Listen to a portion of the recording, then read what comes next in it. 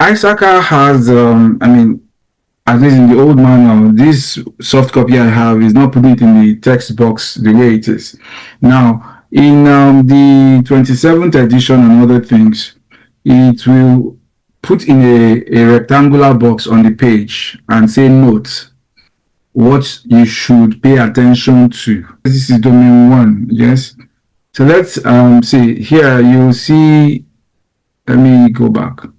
So the first note, CISA candidates should be knowledgeable about when to perform compliance or substantive tests. So if, all you call it now, Neri was taking this class, one of the things I expect that he would also focus on is this particular thing. Okay, how do you know if you have to do a substantive test or a compliance test?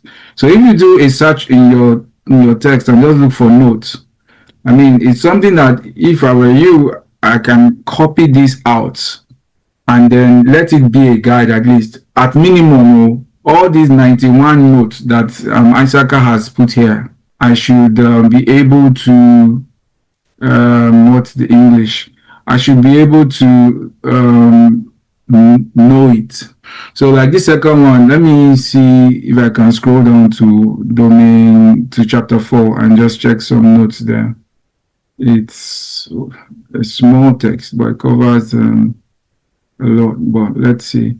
So here, I think this is the first note from here. It says, vendor-specific terminology is used within manual for illustrative purpose only. So if, for example, you see they call one vendor or the other, candidates will not be examined on the components of vendor-specific hardware offerings or vendor-specific terminology unless the terminology has become generalized and is used globally. So if you're talking about AWS or Azure, when we're talking about cloud computing or the virtualization environment, we're talking about maybe, what do you call it now, VMware and the likes. If it's mentioned, it's just for illustrative purpose. In the exam, it's vendor agnostic, so it's not going to ask you things specific to maybe one vendor or the other. It's just the principles that it's going to be testing you on. Yeah. So here it says, see chapter 5, protection information asset for more information on appliances. Now, these appliances that we're talking of, so in your domain 4, it will talk a little bit. So there's always an overlap. You see things like here, you're talking about VPN, routers, switches, IPS, IDS, firewalls. It will just give you, what it's saying here basically is these are under common enterprise backend devices. What makes the engine run? How you connect different systems, how you ensure the secure communication between the external network, your internal networks, and everything. It just speaks generally on this. But it's telling you that you will see more details about these back-end enterprise services in your domain 5. So when you're reading through here, the goal is not to understand fully what exactly is router, switches, VPN. The ones that are, you get to understand basically, yes, in general. If they are going to go in depth, it's saying that you should check domain 5 where it's going to talk more on that. So for me, I would say that going through the notes section of when you read through the manual, right?